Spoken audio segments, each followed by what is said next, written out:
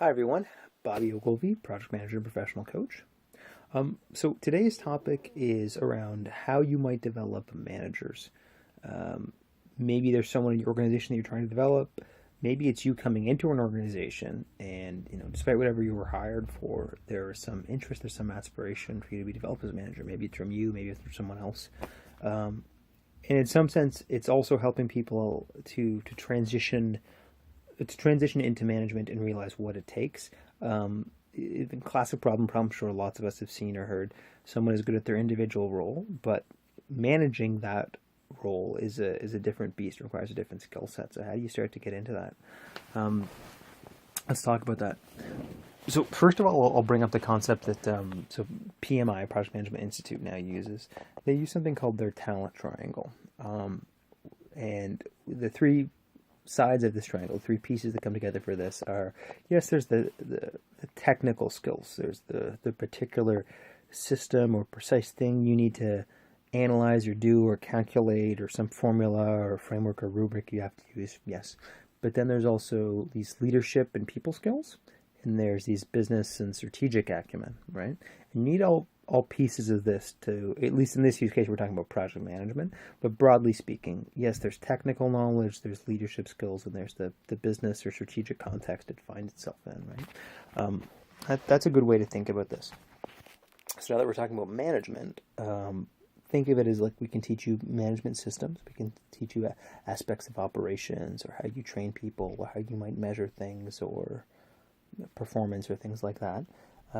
There's also a separate tone around leadership, engagement, culture, how to bring out the best in individuals, how you can lead change on a macro level. And really it just becomes a great catch-all category for all kinds of people stuff that is just not the formal system, right? But yet it's very real, very experiential, very, very vivid to how one experiences the workplace and everyone around them. And the business and strategic acumen also underscores things like notions of competitive advantage, and why this might make good sense short term or long term, and what else is going on in the environment that would drive this decision making, right? Okay, so developing good managers then. So a few different things you can do in terms of developing a good manager. One I would say is have a good operational system that you're training someone in. And that could be something like a Scrum or I say Agile project management, but even if you kind of broaden that a bit, distill out some of that from a project standpoint, this notion of, let's say, weekly meetings, assigning things to people and tracking them, right? That in some sense you could frame as an operational system. Could have some different operational system which your company, your organization has decided on, right? So training them in that system would be important, because that is you think of the classic dichotomy of task-oriented, people-oriented. That is the kind of task thing you need from them to be able to manage and do. And in that way, so teams execute processes, right? So they need to know enough about how that system operates that they can leverage their team effectively with the day-to-day tasks that team needs to do.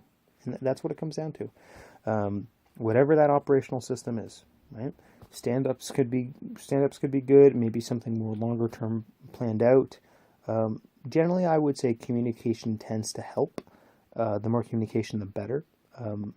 There's one guy that even studied something he framed as social physics, and he seemed to be thinking he could detect problems in projects by looking at not just where there was communication flowing, where there wasn't communication flowing. So generally, communication is good. What are some other things in terms of developing managers? A lot of management is still, so at the three levels I deal with people: individual level, management level, which is one-to-one relationships, and leadership level, and single team environments, or an individual team at a time, and leadership, which is like multi-team environment, or the one-to-many relationship of leaders. In that middle level, the meat and potato of being a good manager is that you can handle those one-on-one relationships well, which means that given any individual decision, kind of operational need decision, you can handle that well. You know what the right answer is, you know what the technical right answer is of this framework, and you have enough sense of what the business drivers and principles are that you can make that judgment call. But particularly on a people level, that you can handle the one-to-one people aspect of the task management, that you're able to work with others, that you're able to listen, understand, or even more skeptically kind of assess what's going on, what the situation is really, and that you can respond back to it. I know that some of this will be coming out in project management language, but in project management has 5 phases, right? One of them is monitoring and controlling, right? That's one of the jobs implicitly of a manager. That's one of the reasons we have like reporting structures and supervision.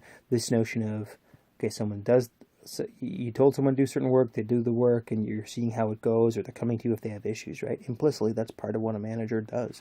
You need to be able to handle that well. Getting people used to handling that and making that as common, maybe that's an awkward term, but as typical and as normal as possible, as pain-free as possible, the better. And I would also add into that the more precise and feedback and growth-oriented as possible. As much as overall you want to be positive with someone, you don't want to always be negative. The more you can give them precise areas they can improve on, they're going to improve faster.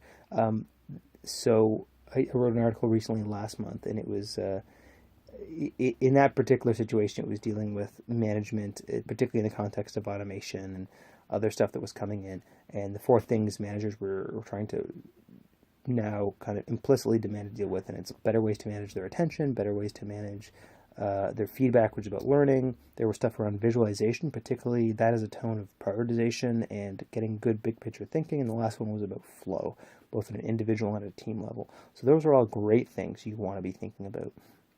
Where am I placing my attention?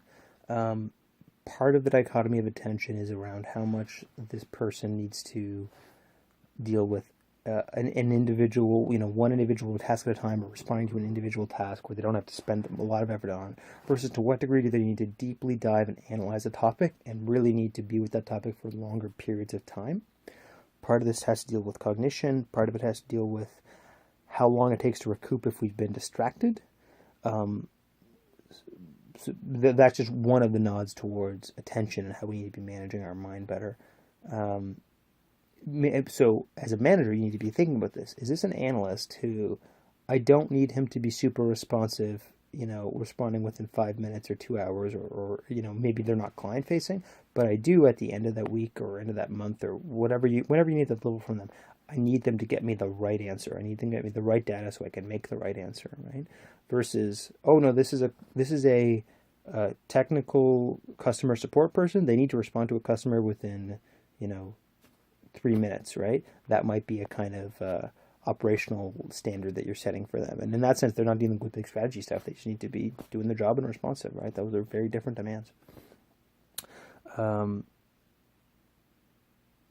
Ultimately, then long-term about being a manager, you're going to get into how someone is performing and probably even performance reviews. So I guess always, just to summarize where we're at with performance reviews, we know that classic performance reviews don't work. And essentially it's because they don't drive performance, as well as they can be very subjective, very unreliable in terms of how that evaluation is done. So what are the trends going on in performance reviews which are going to help you be a better manager? So some of the, what it comes down to is that better goal setting, that there's mutual goal setting happening together, and implicit in that is that where they can place effort, it almost has a kind of a tone of job crafting, but it's where they want to place effort, where they naturally have passion and expertise, that's what they're going to try to move towards, right? So you want to set those goals together, and then you as a manager need to get better at coaching. Back to the one-on-one relationship end of things, coaching really starts with strengthening that relationship and listening well to that person's needs. I know that might seem odd because really as the manager, formally your job is to kind of get the performance, get the output, and the task done that you need out of these people, right? But as a coach, you're really there for their best interest and being as broadly useful and agenda-free and client-centered as possible, right? And those might seem counterposed, but really if you think of yourself as this people manager, and that is really very much the tone of transformational leadership, right?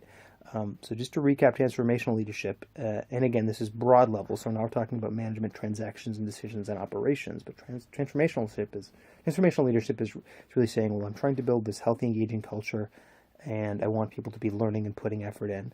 And the only way I'm going to scale things is through other people. And so I need to delegate and train their skills.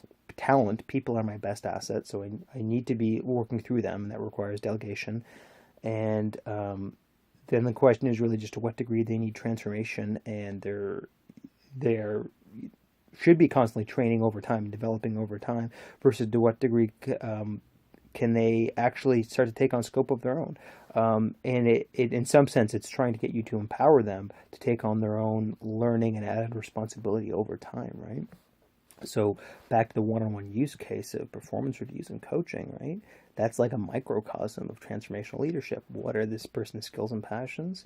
How can I craft this job and where it would be going to bring in more of the skills and passions and get really more out of them, not just motivationally more out of them, but play to their strengths better. That's all a good start in terms of helping develop people as good managers. It is a team performance problem they're trying to crack, and that's it. So I know this is a bit longer than some of my other videos. Right now we're clocking in at 11 minutes. Hopefully you got something out of it. So just to recap parts of it, back to the talent triangle. There's technical aspects, even when we're dealing with management, there's technical aspects of a particular system or framework or rubric. There's leadership aspects, how you're dealing with people, engagement, all that stuff. The strategy, business acumen stuff. Get good at whatever the particular system you need to learn is. Maybe it's particular to your company, or maybe you want to find one and say, this is the system I want to use. Remember the 4 things I mentioned in terms of attention, feedback and learning, visualization, which helps prioritization and how you're looking at and conceiving your tasks. And the last one is about flow states. I could go on and on about flow states, but they're great. We'll talk more about them in future videos. And then about performance reviews, remember that you're trying to set goals together, and you're trying to be as coach-like as possible and trying to bring the best out of your people. And that really implicitly has a transformational leadership attitude attached to it. So hopefully this stuff was useful to you guys. And again, I'm Bobby Ogilvy, Project Manager and Professional Coach. I'll talk to you guys again soon.